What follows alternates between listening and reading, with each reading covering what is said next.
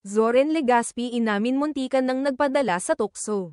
Muling naging usap-usapan sina Zoren Legaspi at Carmina Villarroel matapos ang panayam nila kay Boy Abunda. Sa programa, inamin ni Zoren na minsan ay, muntik na, siyang matukso matapos makatanggap ng private messages mula sa mas batang babae, pero nilinaw niyang sapat na sa kanya ang pagmamahal ni Carmina. Diretsyong tinanong ni Carmina ang asawa kung naging marupok ba ito, at pabiro niyang sinabi na ang pag-uulit ni Zoren ng tanong ay tila indikasyon ng pagiging guilty. Gayunpaman, iginiit ni Zoren na hindi siya nagkulang at nananatiling matatag ang kanilang relasyon.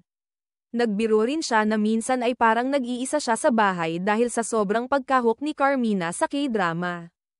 Sa kabila nito, makikita ang respeto, pagmamahalan, at kulitan ng mag-asawa. Patunay na bukas silang mag-usap tungkol sa mga tukso at hamon, at pinipiling manatiling matatag ang kanilang pagsasama.